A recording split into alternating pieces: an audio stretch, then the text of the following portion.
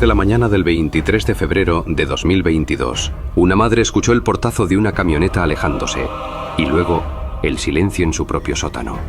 Bajó las escaleras. Solo quería apagar una luz que habían dejado encendida. En la penumbra frente a ella había una cubeta de plástico verde, un objeto cotidiano puesto en un lugar equivocado. Se acercó, miró dentro y en ese segundo su vida se partió en dos. Lo que vio dentro de ese cubo no era un objeto, era la cabeza de su hijo. Temblando subió las escaleras y contactó a los servicios de emergencia. Su voz apenas era un hilo cuando dijo: Hay una cabeza en un cubo en mi sótano. Cuando la policía llegó, no solo confirmaron el horror, encontraron una escena que los oficiales más veteranos describieron como un matadero humano.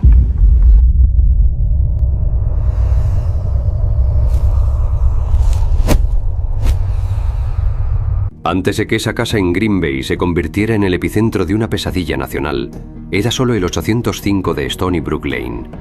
Un hogar donde la rutina de una madre y su hijo de 25 años, Shad Tyrion, transcurría sin sobresaltos. Shad no era un hombre de conflictos. Quienes lo conocían lo describen como un joven creativo, apasionado por el arte y la talla en madera. Era alguien que encontraba refugio en su propio mundo, pasando horas en el sótano de la casa, un espacio que él mismo había convertido en su lugar seguro. Para su madre Sandra, el ruido de la actividad en la planta baja era el sonido de la normalidad. Shad era el tipo de persona que evitaba las confrontaciones. Era reservado, sí, pero tenía un corazón enorme. Su casa era su santuario. Nadie podía imaginar que ese santuario se convertiría en su trampa. La noche del 22 de febrero de 2022 no dio señales de alarma. No hubo gritos, ni vidrios rotos, ni llamadas de auxilio. Fue una noche de invierno común en Wisconsin. El frío calaba los huesos y el silencio lo cubría todo. Shad bajó al sótano como tantas otras veces. Su madre estaba en la planta de arriba, cada uno en su espacio, separados apenas por unos tablones de madera. Sin embargo, algo había cambiado en el aire. Sin que Sandra lo supiera, una presencia se había instalado en la casa. Alguien que no pertenecía a esa familia estaba allí abajo, compartiendo el espacio con Shad en una calma tensa que nadie en el vecindario logró detectar. Era una noche extremadamente silenciosa. No escuchamos música, ni peleas, ni coches extraños estacionados afuera. Nada. Ese es el problema. Cuando el horror es tan absoluto, a veces no hace ni un solo ruido. Las horas pasaron. El reloj marcó las 2, luego las 3 de la mañana. Shad no volvió a subir. Esa falta de movimiento empezó a generar una inquietud sorda. No era miedo aún, era esa intuición punzante de que el ritmo de la casa se había roto. No había sonidos de herramientas, ni pasos, ni el eco de una conversación. Solo un vacío que pesaba más que cualquier estruendo. Cuando el silencio se prolonga demasiado en una casa donde siempre hay vida, el corazón empieza a latir más rápido sin razón aparente. Es como si las paredes intentaran decirte algo que tu mente se niega a aceptar. Sandra finalmente decidió romper la inercia. Se acercó a la puerta del sótano. La luz seguía encendida por debajo de la rendija. Llamó a su hijo, pero no hubo respuesta. Sandra está a punto de descender hacia una verdad que no debería existir. Porque abajo, en la oscuridad, el tiempo se ha detenido y lo que la espera no es su hijo, sino el rastro de algo inhumano. ¿Quién entró en esa casa sin ser visto? ¿Y qué ocurrió en ese sótano mientras el resto del mundo dormía? En la casa de la calle Stony Brook, el silencio había adquirido un peso físico. No había pasos, ni voces, solo una luz encendida que se filtraba por la rendija de la puerta del sótano. Cada escalón de madera crujía bajo su peso. El aire en el sótano se sentía inusualmente frío. Al llegar al final de la escalera, no encontró a su hijo, ni señales de una pelea. Solo encontró un objeto que no pertenecía a ese lugar. Una cubeta de plástico verde colocada en el centro del espacio. Se acercó. El cuerpo humano tiene una forma de reconocer la tragedia antes que la razón. Al mirar dentro, el mundo se detuvo. Lo que vio no fue una imagen que la mente pueda procesar con lógica. Era la cabeza cercenada de su hijo, Chad. Recibimos la llamada a las 3:23 de la mañana. No era una llamada de pánico histérico, sino de un shock absoluto. La voz de la mujer era un susurro roto. Solo repetía que había encontrado una cabeza en un cubo. Sandra subió las escaleras en un estado de trance. Sus dedos apenas podían marcar el número de emergencia. Cuando los oficiales de la policía de Green Bay llegaron minutos después, se encontraron con una madre que ya no pertenecía a este mundo y una escena que, en palabras de los forenses, parecía sacada de una película de horror extremo. Los agentes bajaron al sótano con las manos en sus armas, sin saber si el agresor seguía allí. Lo que descubrieron fue peor. Además del cubo verde, encontraron restos humanos distribuidos en bolsas de basura y cajas. No era un asesinato pasional rápido, era una escena de desmembramiento metódico. El olor a hierro y productos químicos era penetrante. Aseguramos el perímetro de inmediato. Lo más inquietante es que, a pesar de la brutalidad, la casa arriba se veía perfectamente normal, como si el horror hubiera sido contenido quirúrgicamente en ese sótano. La vivienda fue sellada. Las cintas amarillas de Escena del crimen comenzaron a rodear el jardín. Mientras los paramédicos atendían a Sandra por una crisis nerviosa, los detectives iniciaron la pregunta más urgente. ¿Quién estuvo con Chad esa noche? Nuestra primera tarea fue reconstruir el rastro de la víctima. Sabíamos que Chad no había estado solo. Alguien había salido de esa casa poco antes de la llamada. Alguien que dejó atrás un rastro que nos llevaría directamente a su puerta. El capítulo 2 termina con la casa de los Tyrion convertida en un laboratorio forense bajo la luz de los reflectores.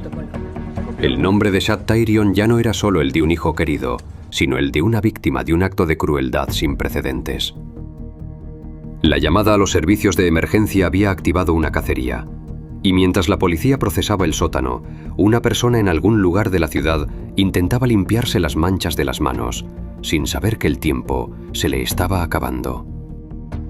¿Quién pudo entrar en esa casa, cometer un acto de tal ferocidad y salir caminando en silencio por la puerta principal? Mientras los peritos forenses procesaban el horror en el sótano de la calle Stony Brook, los detectives de Green Bay no buscaban a un intruso que hubiera forzado una ventana. Buscaban a la última persona que compartió el oxígeno de esa habitación con Chad Tyrion. El nombre surgió de inmediato entre los allegados. Taylor Chavisnes, de 24 años. No era una desconocida, era alguien que había entrado por la puerta principal. Los agentes la localizaron poco después en un complejo de apartamentos cercano. No hubo una persecución a alta velocidad ni un enfrentamiento armado. Lo que encontraron fue mucho más perturbador. Taylor estaba allí, con la ropa aún manchada de un rojo seco y una actitud que desafiaba toda lógica criminal. No había rastro de pánico. En mis años de servicio he visto sospechosos asustados o agresivos, pero ella tenía una mirada vacía, casi aburrida. Era como si estuviéramos interrumpiendo su tarde por un asunto sin importancia. Al inspeccionar su vehículo, una camioneta tipo van, los oficiales encontraron la prueba definitiva de que la pesadilla del sótano no había terminado en la cubeta verde. En el interior había una caja de cartón de una crockpot, olla de cocción lenta. Dentro, envueltas con una frialdad quirúrgica, se encontraban las piernas y otras partes del cuerpo de Chad. Durante el interrogatorio inicial, Taylor no guardó silencio. Habló, pero su relato era un laberinto de impulsos y desconexión. Admitió haber usado una cadena para estrangular a Chad durante un encuentro sexual bajo los efectos de sustancias. Lo que siguió no fue un intento de ocultar el crimen, sino una exploración macabra de la anatomía humana que duró horas. Sus respuestas eran erráticas. En un momento se reía y al siguiente preguntaba con total naturalidad si los detectives se habían divertido encontrando la cabeza. No parecía entender que estábamos hablando de un ser humano, de un amigo. La evidencia física en la casa, cuchillos de cocina y una sierra para pan, confirmaba que Taylor no había actuado en un arrebato de locura momentánea. Se tomó su tiempo. Hubo una planificación interna, un proceso metódico que sugería que ella disfrutaba de la situación de control absoluto sobre el cuerpo de Chad. El comportamiento postcrimen es lo que más nos heló la sangre. Taylor no huyó de la escena por miedo a ser atrapada. Se fue porque ya había terminado su trabajo. Dejó la evidencia a plena vista, como si fuera un trofeo o una conclusión inevitable. Taylor fue procesada y puesta bajo una fianza de $2 millones. En ese momento, el caso dejó de ser una investigación por desaparición para convertirse en un estudio sobre la oscuridad de la psique humana. La pregunta sobre su salud mental comenzó a flotar en el expediente, pero su capacidad para detallar cada corte y cada minuto del crimen sugería algo mucho más siniestro que la simple locura. La persona que estuvo ahí no negó su presencia, no mostró remordimiento. ¿Qué ocurre cuando la violencia no nace del odio, sino de una curiosidad oscura que no conoce límites? ¿Tú dónde hiciste todo esto? En el sótano, ¿verdad? Sí. ¿Haces algo en particular con la cabeza o el cuerpo? ¿Qué haces con la sangre? Sigue ahí. Sigue ahí. Quiero decir, bueno, lo drené la cabeza en la ducha, así que... El juicio contra Taylor Schabusiness comenzó en julio de 2023, bajo una atención mediática asfixiante. Taylor ingresó a la sala del Tribunal del Condado de Brown con una actitud que desafiaba cualquier protocolo judicial. Sonrisas fugaces, miradas perdidas y una frialdad que helaba a los presentes. La estrategia de la defensa fue absoluta. No culpable por razón de enfermedad o defecto mental. Sus abogados argumentaron que Taylor sufría de trastorno bipolar y psicosis inducida por sustancias, lo que la inhabilitaba para entender la criminalidad de sus actos. Pero la fiscalía tenía una contraparte demoledora: la meticulosidad del crimen. La locura no es organizada. Ella tomó decisiones, ocultó evidencia en una camioneta y dio detalles cronológicos exactos. Eso no es un brote psicótico, eso es conciencia del mal. El proceso alcanzó su punto de ruptura el 14 de febrero de 2023, durante una audiencia previa. En un estallido de violencia repentina que se volvió viral, Taylor atacó a su propio abogado, Quinn Jolley, lanzándose sobre él y obligando a los oficiales de seguridad a someterla en el suelo. El juicio tuvo que ser pausado, pero el mensaje para el jurado fue ambiguo. ¿Era una mujer fuera de control o una manipuladora experta? El ataque en la corte fue un arma de doble filo. Para la defensa probaba su inestabilidad.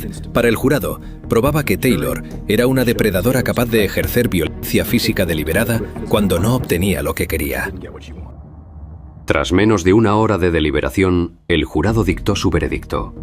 Culpable de homicidio intencional en primer grado, mutilación de un cadáver y agresión sexual de tercer grado. El tribunal rechazó unánimemente la teoría de la locura. Taylor sabía perfectamente lo que estaba haciendo.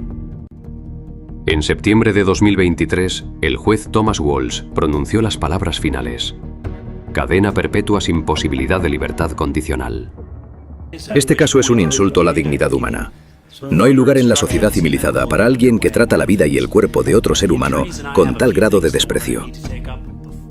Incluso tras las rejas en la institución correccional de Taycheedah, el rastro de violencia no se detuvo. En diciembre de 2025, Taylor recibió una nueva condena de 90 días por atacar a un sargento y a una enfermera dentro de la prisión. Finalmente, en junio de 2025, ella misma retiró su apelación a través de una carta manuscrita, aceptando que su vida terminaría entre 4 paredes. La justicia no devuelve la vida de Shad, pero pone un muro entre el monstruo y el resto del mundo. Ahora el silencio en el sótano puede ser finalmente de paz. El proceso legal terminó, pero el caso Schabusiness permanece como un estudio oscuro sobre los límites de la responsabilidad penal. El sistema determinó que Taylor era consciente, y eso deja una pregunta final, la más aterradora de todas. ¿Qué ocurre cuando la mente humana decide, con plena conciencia y voluntad, caminar voluntariamente hacia la oscuridad absoluta?